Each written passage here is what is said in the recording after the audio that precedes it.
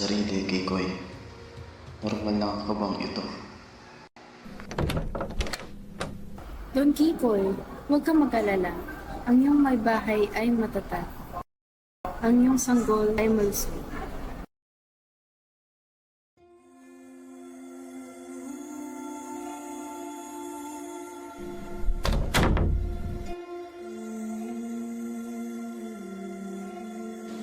Ang gwapo niya.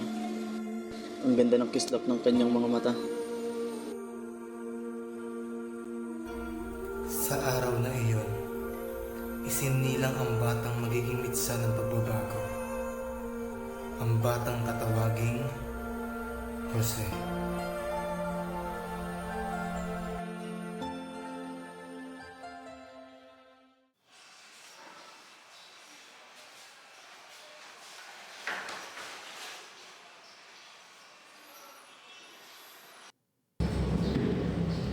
Isang kakaimang sanggol.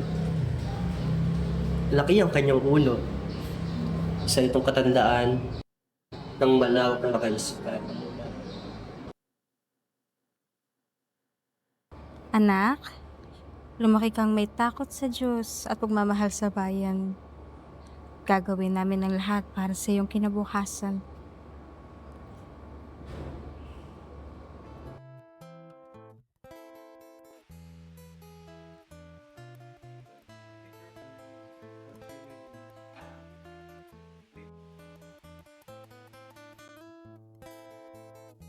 Sa bawat pagsikat ng araw, paborito niyang simulan ang umaga sa isang maiinit na mangkok ng champorado.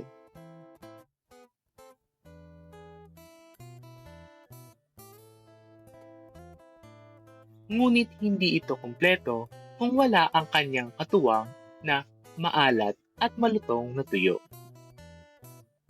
Pepe, kain na. Salamat po, Inay.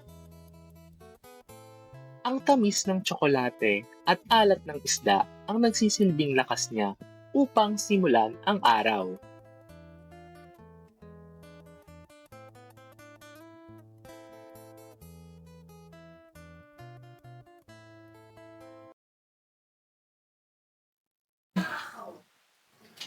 Pero al final,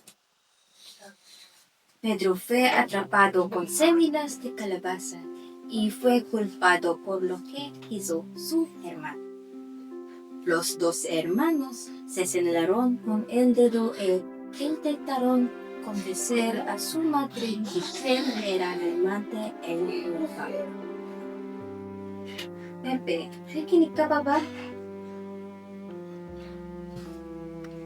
Mukhang napukaw na ng mga gamo-gamo ang iyong atensyon mula sa aking pagtuturo.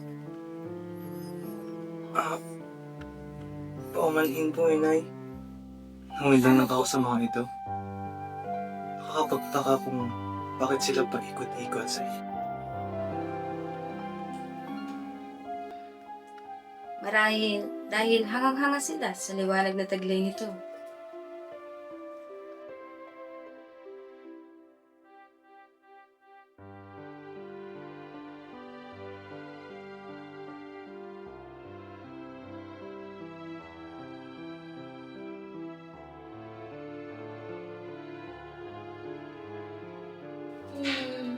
Nakwento ko na ba sa'yo ang kwento ng gamo-gamo? Hindi pa po, Inay. Maaari niyo po ba yung kwento? Siya. Hindi na mapapanakaw sa iyong atensyon. Isang araw, may isang munting gamo-gamo na naakit sa sinag ng langka. Patuloy niya itong pinagmamasdan at palapit siya ng palapit. Ngunit nakita siya ng kanyang ina at dinalaan siya nito. Sinabi niya sa kanyang anak na huwag siyang mag-isip na lumapit pa ng sobra. Ilaw ng lampara. Ngunit dahil maaari niya itong ikapahamak pa. Pero sa ilang beses na pagbigay babala ng kanyang inang gamo-gamo, patuloy at patuloy pa rin itong lumapit at naakit sa liwanag na taglay ng lampara. Hanggang sa tuluyan itong lumapit na nagdulot ng pagkasunod ng kanyang munting mga pakpak. Kaya ikaw mo tulad ng munting gamo-gamo, Maging masunuring bata ka at makinig sa payo ng mga nakakatanda.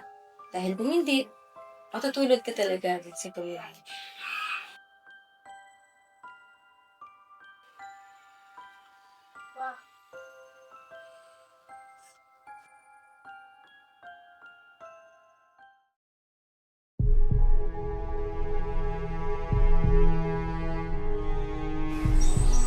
Masakitin at mahina ang pangangatawan ni Pepe noong siya ay bata pa. Kaya't palagi siyang inaalagaan ng kanyang tapat na aya. Madalas ay ito ang kanyang kasama sa araw-araw kaya naman naging malapit ang kanilang samahan. Sa piling ng kanyang aya ay nakaramdam si Pepe ng pagmamahal at pag-aaruga habang siya ay lumalaki. Dito rin nagsimulang mahubog ang kanyang imahinasyon at interes sa iba't ibang alamat at kwentong bayan. Mahilig siyang makinig sa mga kwentong isinasalaysay ng kanyang aya tungkol sa mga nilalang, kababalaghan at mga aral ng buhay. Sa bawat kwentong kanyang napakinggan ay lalo niyang nakilala ang kultura at paniniwala ng mga Pilipino. Bukod sa kanyang aya ay mayroon ding mga alagang hayop si Pepe na naging bahagi ng kanyang kabataan. Naroon ang kanyang asong itim si Man na palagi niyang kasama at tapat na nagbabantay sa kanya. Mayroon din siyang kabayong sa alipato na kanyang kinagigiliwan. Sa murang edad pa lamang ay nakikita na ang kanyang pagiging mapagmahal hindi lamang sa mga tao kundi maging sa mga hayop na kanyang inaalagaan.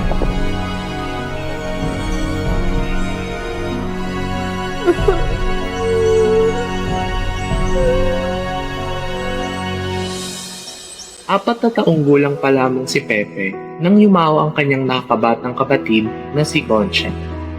Labis niya itong minahal at naging malapit siya dito, kahit sa murang edad pa lamang.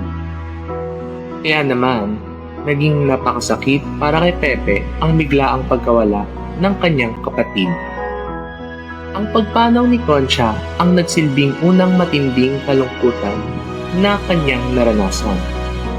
Sa murang isip ni Pepe ay hindi niya lubos maunawaan kung bakit kailangan silang paghiwalayin ng tadhana. Ngunit ang karanasang ito ay nag-iwan ng malalim na lungkot sa kanyang puso at naging isa sa mga unang pagsubok na humubog sa kanyang damdamin habang siya ay lumalaki.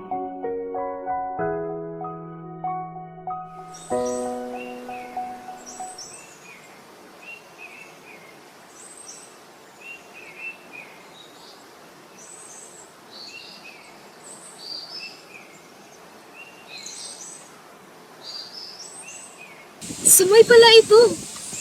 Moy, ano ang ginagawa riyan?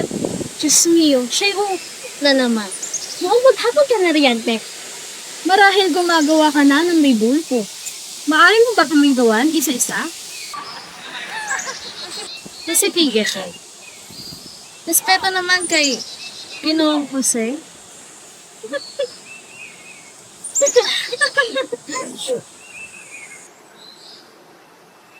Halina, mauna mo tayo.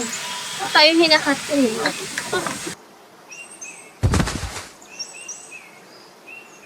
Sige, pagtawanan nila ako ng pagtawanan. Palang araw, pag ako'y namatay, ang mga tao mismo gagawin na rebuto para sa akin.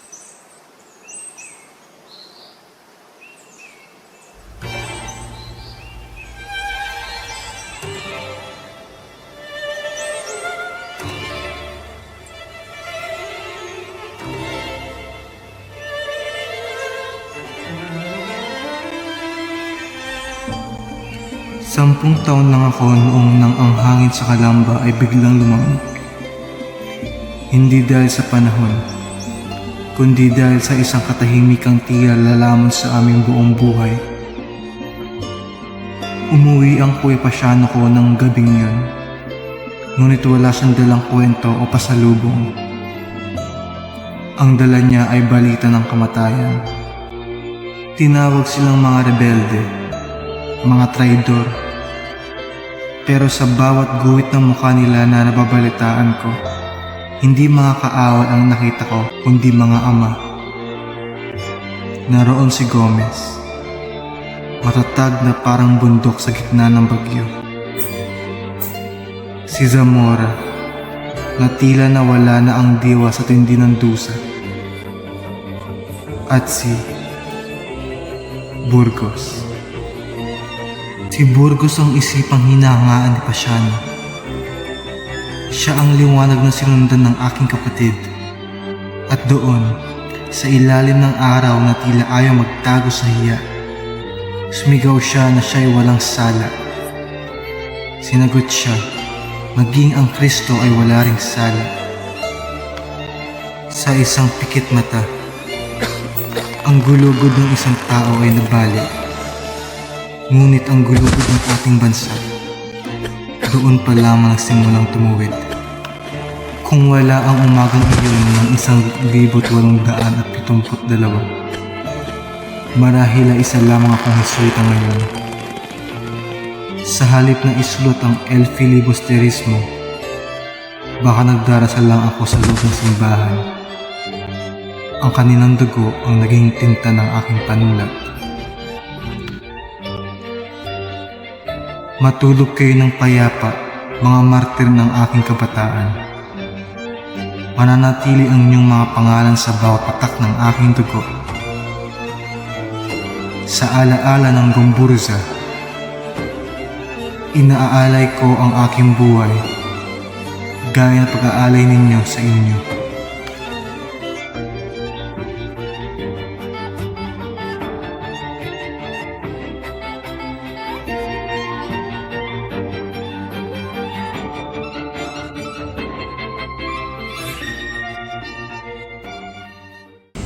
Kailangan na ng ating anak na pumasok at mag-aral, mahal. Ngunit mahal, sadyang sakitin at mahina ang kanyang katawan. Oo, mahal. Ngunit, hindi rin magtatagal ay masasali rin siya. Lalakas din ang kanyang katawan. Pasiano! Ano po yun, Kakap? Pakitawag ang kapatid mong si Pepe at ihatid mo sa binyan. Doon muna siya mamamalagi at mag-aaral. Masusunod po, Kakap.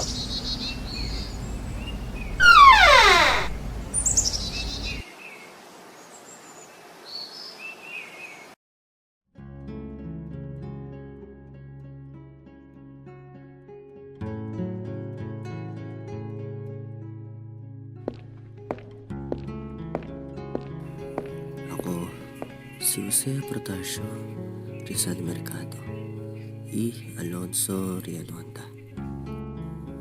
Ang aking nais, kalayaan ng aking bayang sinilangan para may sa katuparan ng aking mga nais.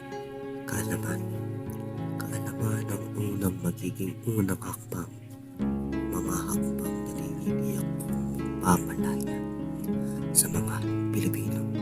Naiintindihan mo ba ang ibig sabihin ng kwentong gamo-gamo?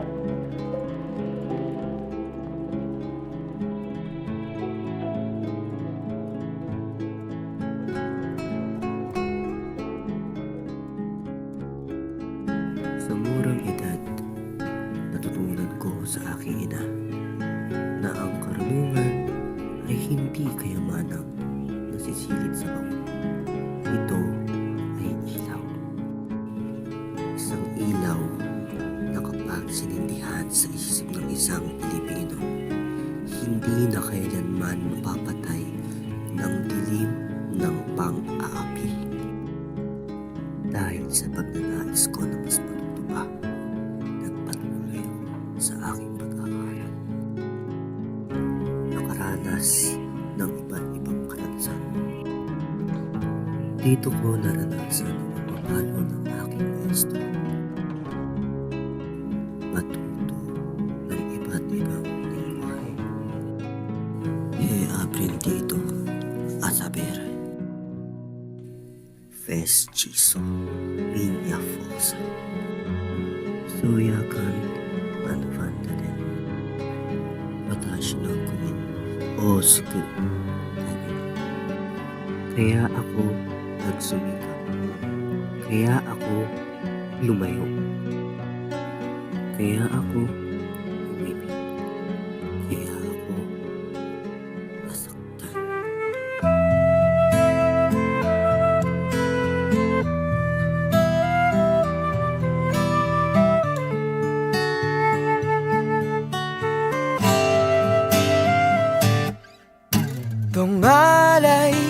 harana para sa dalagang walang kasing ganda. Amoy rosas ang alimuyak kung nanaisin ng tadhanang mapalin lang. Di hahayaan mawala pa tong liham na umaasang mata mong makabasa. Handang gawin lahat, maging pamilya'y iligawan. Ngayon lang nakadama ng wagas na pagkamahal. Hiling ka lang naman na tayo na sanang dalawa. Siyang huli at ang umpisa. Papatunayan ang unang pag-ibig ay di mawawalan. Nakailang tula na, ba't tila di napupunan ang tangi kong hiling? Hanggang dulo ikaw ang kapiling. Kung pwede lang hanggang magpakailanman, hindi na pa pakawalan kailanman. Ang laging kami. Salamat sa pagkakaibigan, Pepe. Matawad, Pepe. Ako ang unang nagturo sa'yo kung paano magmahal at masaktan. Mas gugustuhin ko pang mamatay kaysa kalimutan ka. Sa liham lamang kita lubos makasama. Ngunit sa mga liham na iyon ay parang nakasama kita, Pepe. Io paciente poesía, pero no tu corazón. Sayonara, Pepe. このまま自分のコレをやらんなんでね。 I nursed you back to health. And you call me it's nice to marry. Cuánto para que le monde buen muy tres. I can't marry a man who's not the same as my fate, Pepe. Hindi ba? Sinabi ko na sa iyo na ang puso ko ay para lamang sa simbahan at hindi para sa lalaki. Ay, sakit. Hindi ko mahal ko.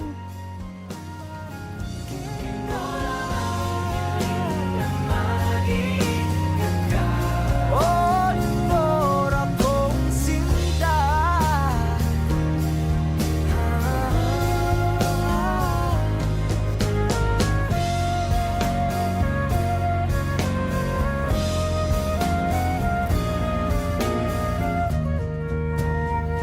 Hanggang sa muli, mahal ko.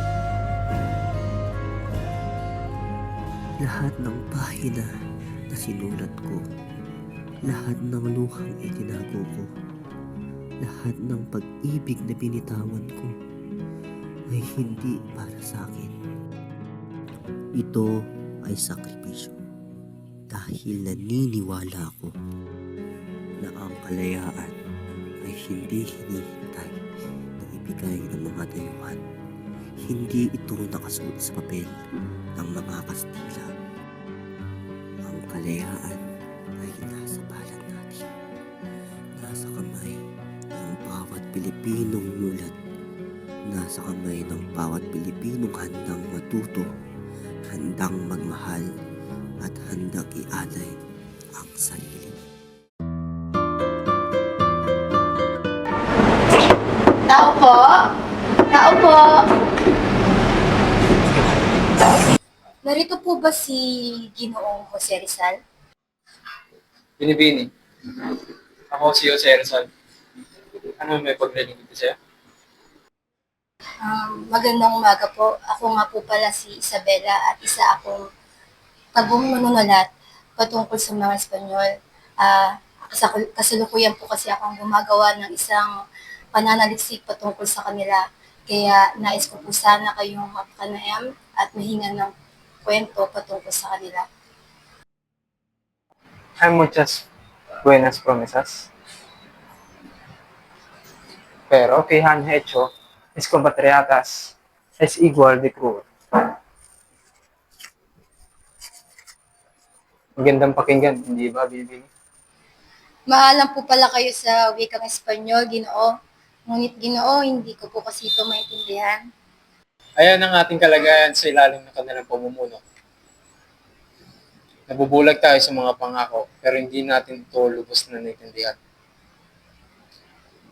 Akala natin sila ay mga taong makakatulong sa atin. Sa katunayan nga, mga halos masasamang balita lamang aking natatanggap mula sa Pilipinas. Noong mga panahon na ako ay nasa ibang bansa upang mag-aral. Nais kong umuwi pero ako'y nangangamba sa aking mga buhay at mga aking mga mahal sa buhay.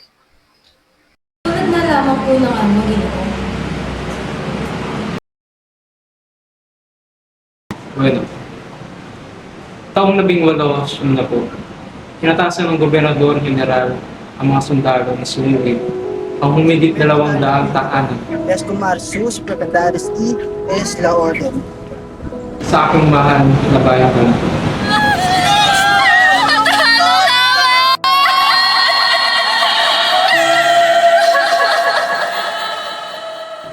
Masakit ang balik mo ko para sa akin.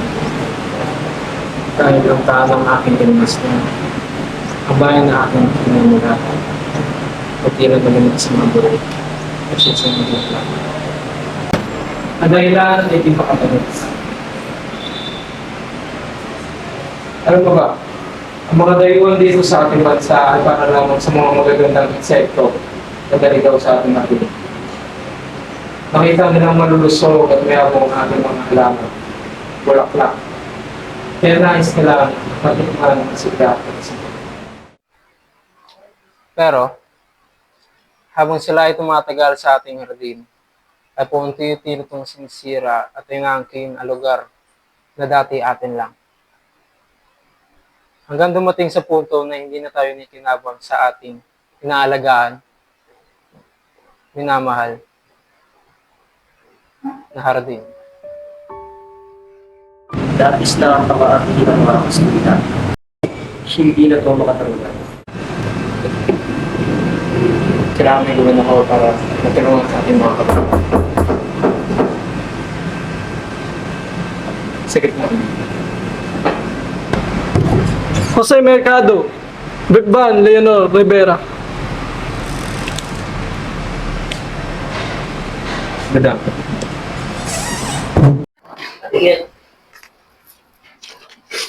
Isang sulat. Eleanor.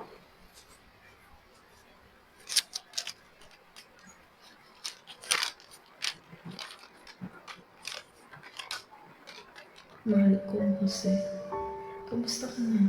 Nakakakain ka pa ba sa tamang oras? Ikinalulungkot ko ang nangyari sa tahanan ng iyong pamilya. Sana, mahal, ay nasa mabuting kalagayan ka. Huwag mong papabayaan ang iyong sarili. Kaya ako muling sumulat sa iyo upang ipaalam na ako ay pinagkasundong ikasal kay Ginoong Keeping. Labag man ito sa aking puso, ngunit wala akong magagawa kundi sundin ang aking mga magulang.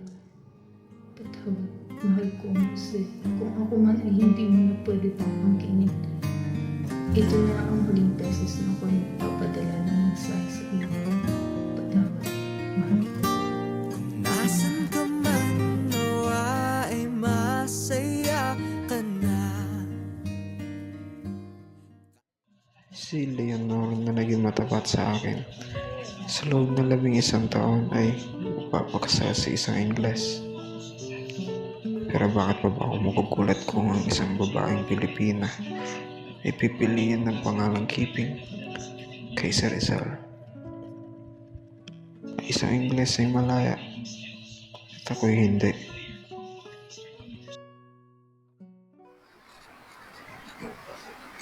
Hindi ko masasabi na maganda ang ating kalagayan sa ilalim ng kanilang pamumuno.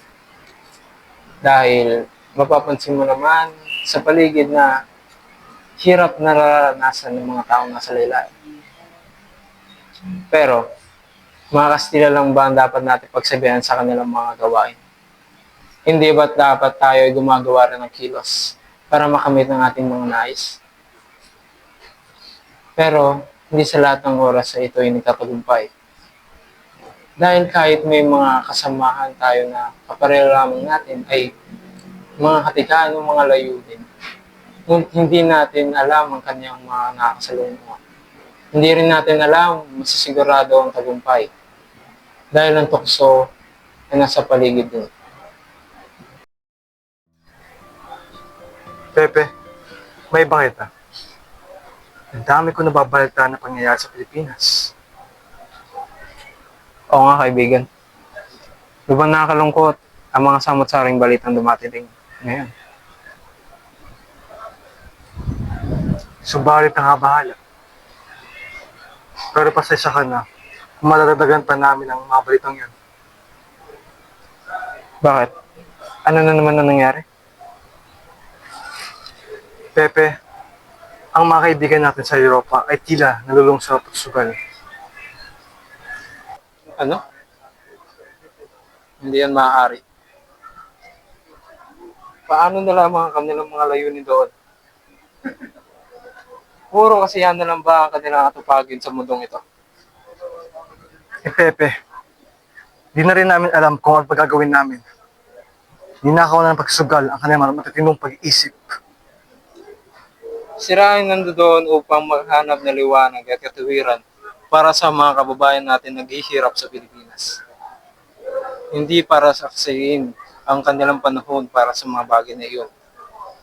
Kung tutuusin, sila ay nakikinabang dito. Grabe pala ang kalupitan sa ilalim ng kanilang pamumuno. Hindi niyo ho ba sinubukan humingi ng tulong, Ginoo? Ginawa ko rin yan. Pero, Hindi nila ako pinakinggan at tila minasuha ang aking paghingi ng tulong. Ganun na pa kahirap ipagtanggol ng sariling kababayan. Sa bigat ng mga pangyayari, Ginoo, paano niyo to kinakaya? mas pinili ko ang magpakatatag kaysa magpalamon sa lungkot at takot. Isipin lagi ang kapakanan ng bayan.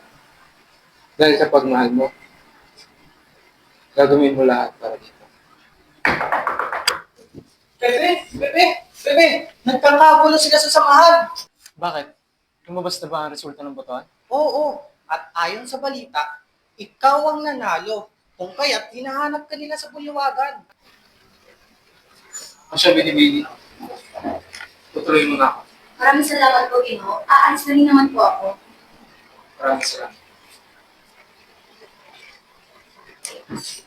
Andiyan na si Rizal! Wala na, hindi na tayo nagkita.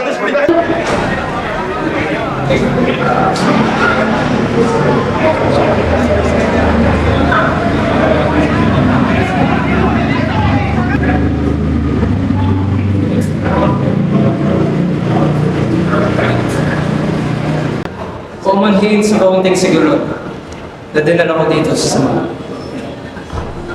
Hayaan nyo natin, hindi na ito mauulit. Sapagkat, tinatanggihan ko ang posisyon. Salamat at pumanhin sa inyong lahat. At maging sa iyo, Sir.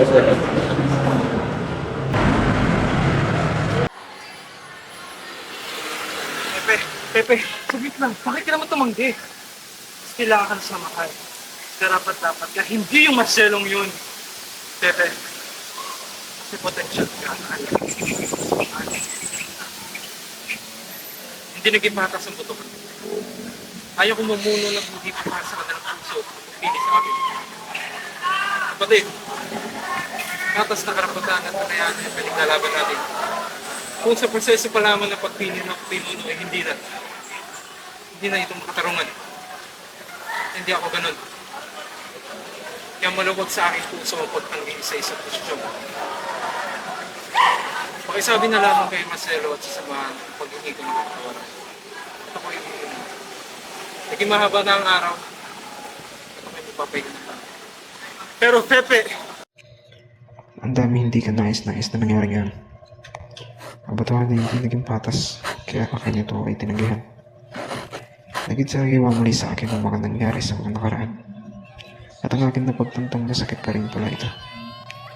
Sabihin nito, Hindi rin maalis sa aking isipan ang masamang panaginip na tila isang babala upang itangan sa aking katulusan.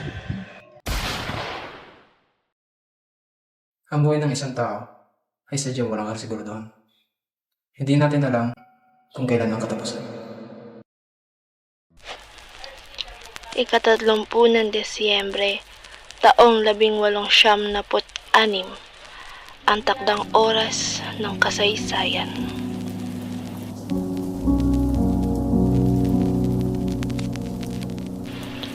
Alas 3 pa lamang ng madaling araw ay nangumpisal at nangumunyo na si Rizal.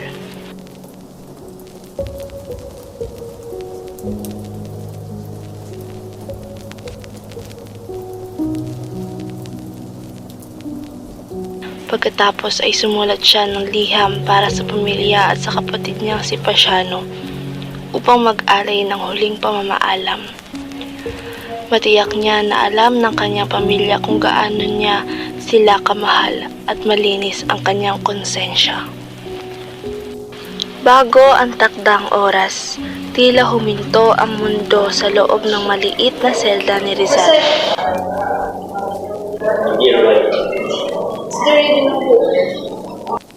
Is it better this way?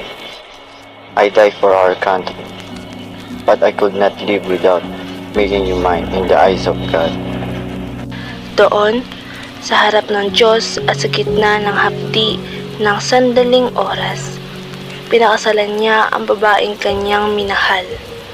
Isang pag-iisang dibdib na hindi puno ng saya, kundi ng bigat ng bawat segundong natitira bago ang kanilang huling paalam. You are now husband and wife.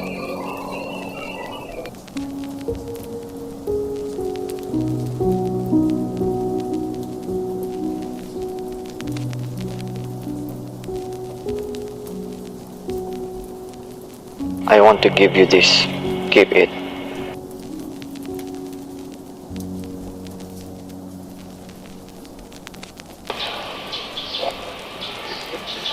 Your brother did this to you.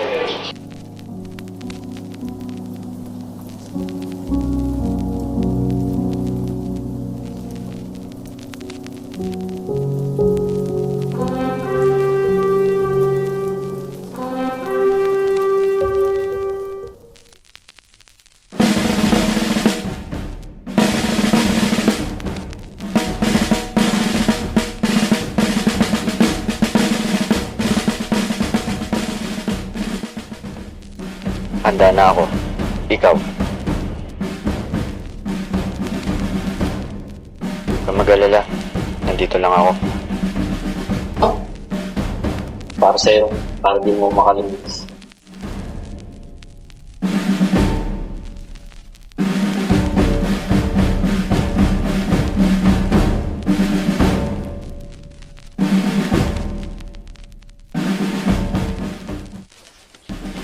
Adiós, patriada adorada.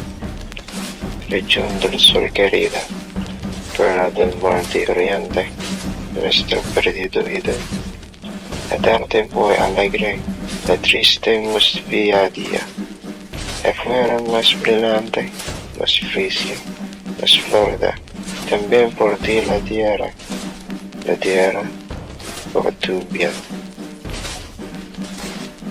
Huwag akong patamaan sa mukha. Huwag akong lalagyan ng ring sa mata. Huwag akong babarli ng nakatalikod. Hanggat maaari ay huwag ang mga Pilipinong voluntaryos ang sa aki babaril. Kaligin ang pagkakatali ng aking mga braso. Sa aking dibdib at puso ninyo ako patamaan. At ibigay ang aking bangkay sa aking mga mahal na pamilya. Ano Tineo? Yan nagsimula ang masayang araw.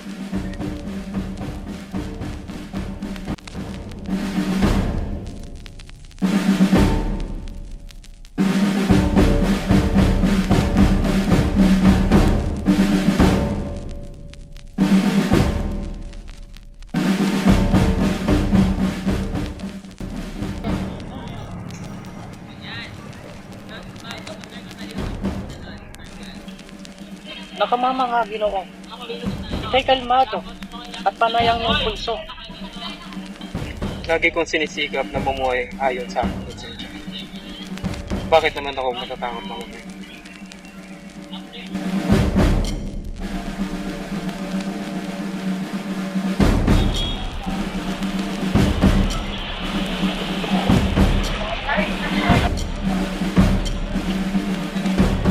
Kapitan, tengo una petición. ¿Qué es esto? Déjame enfrentarme al pelotón de fusilamiento y no me dispares en la cabeza. Imposible. Entonces, al menos no me toque en la cabeza. Apuntenalo.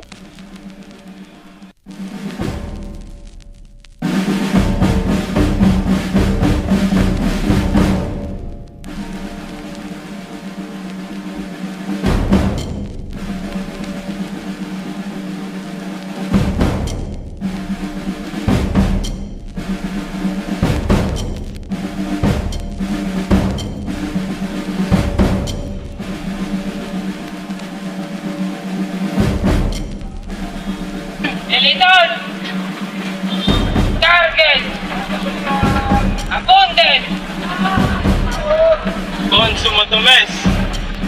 Fuego!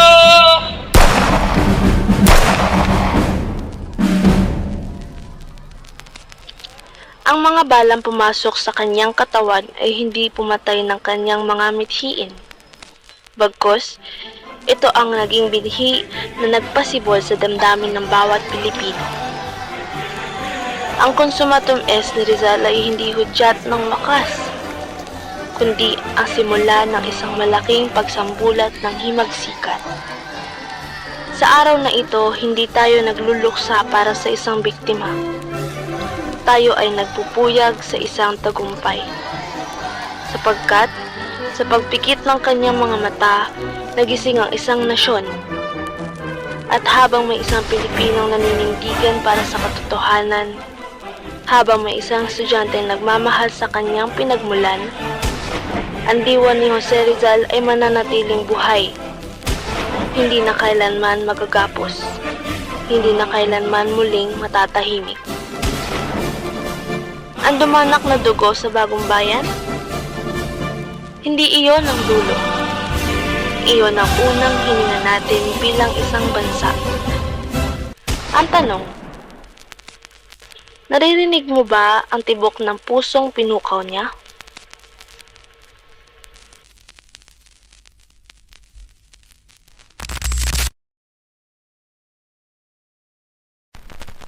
Mga kababayan, ang pambansang awit ng Pilipinas. Kayang magiliw, telas ng sinakanan, alam ng puso, sa titik mo'y buhay. Lupang hinirang, tuyag ka ng magiting, sa mandulupin, di ka pasisingil, sa nagatak tutok sa simoy at sa langit mo pagaw, ay hinatak tulakaw.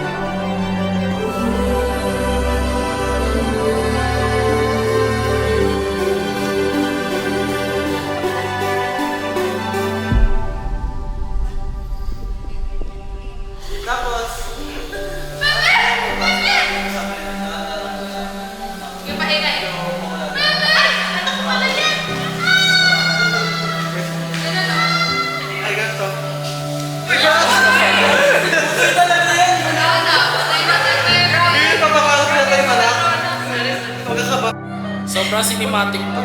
Positive, positive. Cinematic. Binibina! Ay, wala na!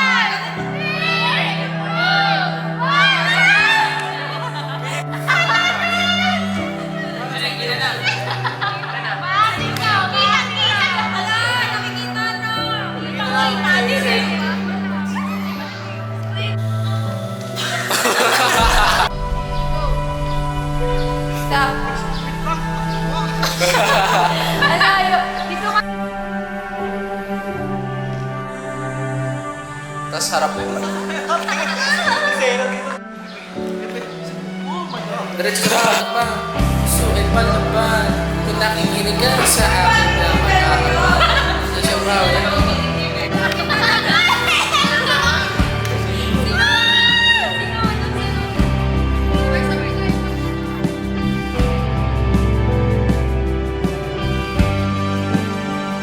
Yan. Parang ganyan. No, mas balik. Slaka.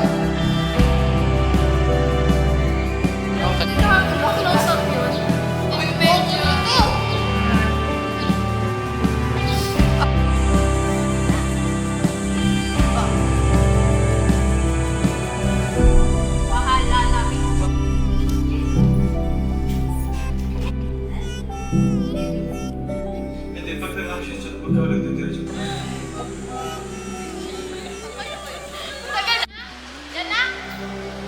Ay, dumaan. Oo daw, lahat! Babae! Ano ka? Paning!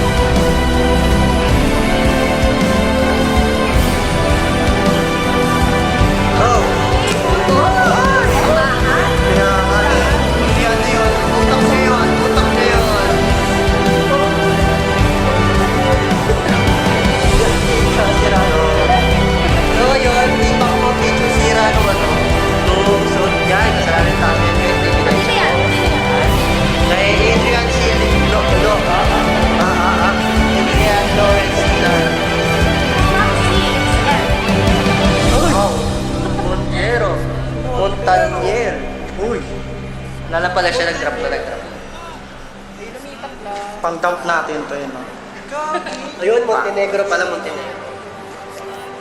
Okay na, cut mo na. Bang! Bang! Bang! Bang!